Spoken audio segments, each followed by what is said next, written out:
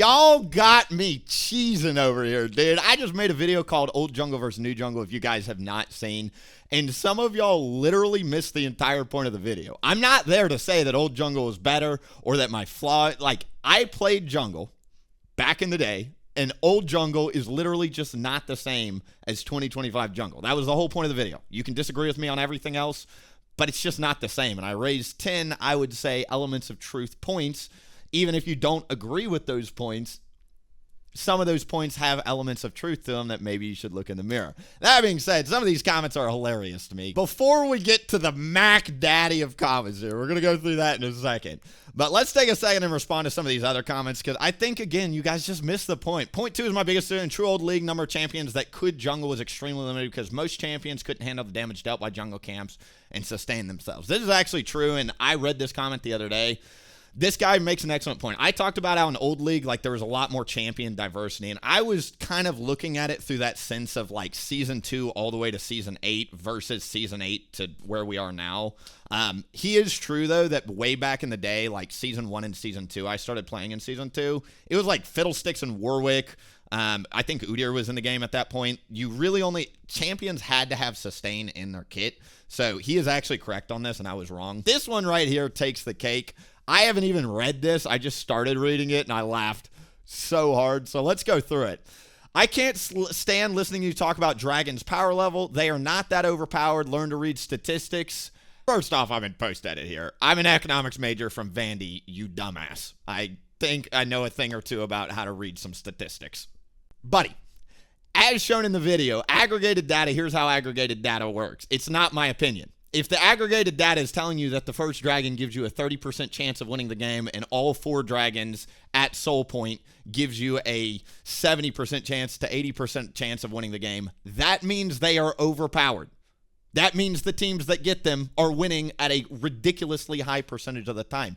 The main reason there's such a big win rate correlated to Dragon Souls is because in order to have Dragon Soul, you have to already be ahead of your team and enemy winning the game. Not true all the time. I sneak 5-minute dragons all the time as Udyr. In Masters lobbies, go watch some of my Grandmaster lobby gameplay. I sneak 5-minute dragons.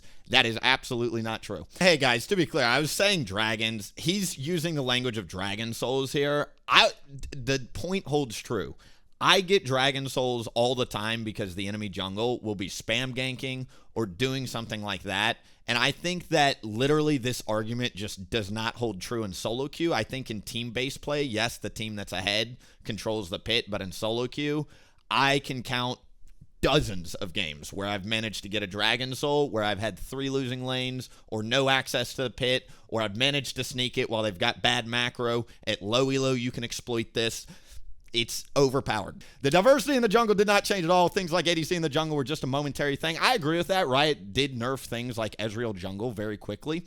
Your view on the game has changed, not the game. No, the game itself has actually changed. That is, can I just offer you some evidence here? Hey, buddy, the game has changed a lot over the years. Let's just keep scrolling, shall we? Buddy? How much evidence do you need? The game has changed every 2 weeks for the last 5 years, all right? You can still go ADC Maokai jungle. Yes, they've nerfed jungle to the point to where anybody can play jungle in those champions. And someone on another comment raised a really good point that back in Season 2 and Season 3, there was actually only like a handful of champions that could jungle. Debuffs for laners coming into the jungle, that's a horrible idea. It destroys all macro movements. That's why Riot could get creative with it. If it's not a movement speed debuff, they could make it a damage debuff. They could do something, make it to where it only applies for the first 10 minutes of the game. Past the first 10 minutes of the game, gives laners ability to walk in the jungle. It doesn't stop macro movement because the river would still have access to the jungle itself, could be protected. It would be an interesting theory to test, and I think a lot of old junglers would really like it, especially considering the current state of jungle.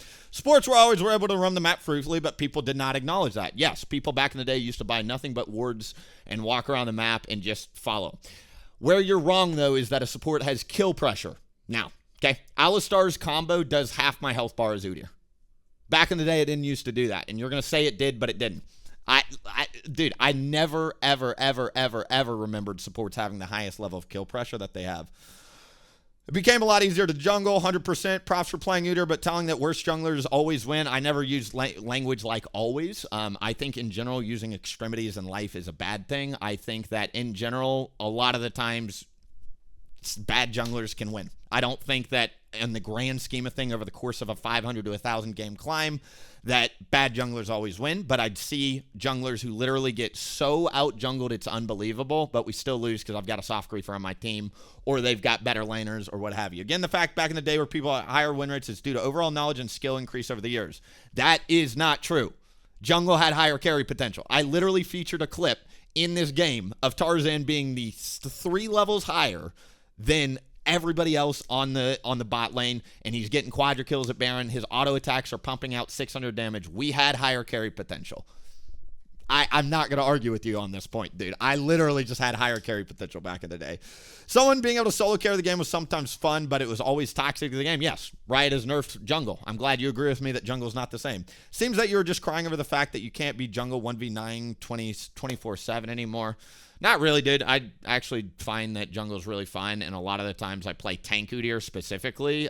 If you've ever watched my stream, you know that I hate playing tank, but I play tank a lot of the time in high elo because I accept that I am not the carry, so good psychological read into me. Ganking for fun. Nobody is telling you to be hyper-competitive. Go have fun if you want. The last time that I played the ranked mode is competitive. Great. Yes, ranked mode is generally a competitive game mode where players are matched with players of same skill level. Is trying to win a good thing in ranked. Yes, aiming to win is generally a positive and necessary goal in ranked competitive modes. My point is, in these days, jungle has less carry ceiling, so I can't go have fun like you're saying because I have less windows of opportunity to express myself and have fun. X levels ahead based of no one play. It used to be a lot worse back in the day. A lot worse, part of the 1v9 problem at times, but that was different patches. Jungle was strong for some patches. Jungle was strong for other patches. You could go into loser's mindset based on people's win rate. Go to therapy. I have been to therapy, and I live a very loving and happy life. It's very funny to me that win rates inside of a video game equates to you needing to go to therapy. I would do some self-reflection on that. Caring about champions' community's opinion, cringe as hell.